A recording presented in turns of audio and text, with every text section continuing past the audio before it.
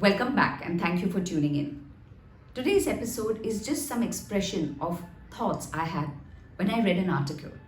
It said, COVID rules didn't possibly save grandma, but it did land up killing a lot of teenagers. I looked at the graph and I mused, and many thoughts ran through my head. And some of this is what I want to talk about today. Thought 1. When a person crosses the age of 80, what is he or she really living for?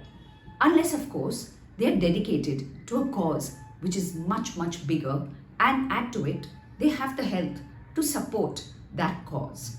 Many a time you've seen a lot of us being restricted because we live with grandparents, with old parents, with the infirm.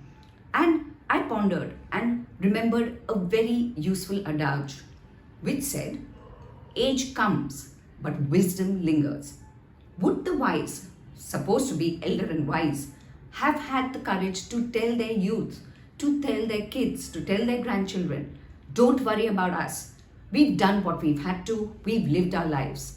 Don't constrain, restrict yourselves because you're living with us and go out and get that life all over again. Don't worry about getting COVID and passing it on to us because, well, we've done our bit. Well, that's something I think all of us need to ponder.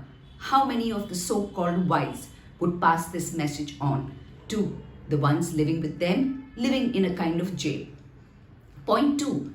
Reason is and will always be a slave of passion.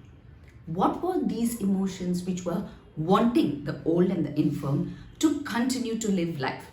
Was it their insecurity and their unpreparedness for death? Or was it the other?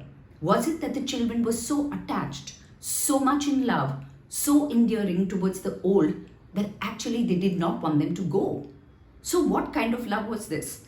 Was it obsessive, insecure love because we were not prepared to let our old go?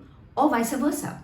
Was it the old restricting us because they were not prepared to die? There are no right or wrong answers. It's just something that put me on the road to thinking.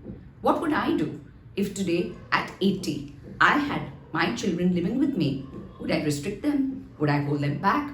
Or would I have the wisdom to say, go yonder and live? I have already lived. Stay well, stay safe, and feel free to write to me at varkha@varkhachulani.com.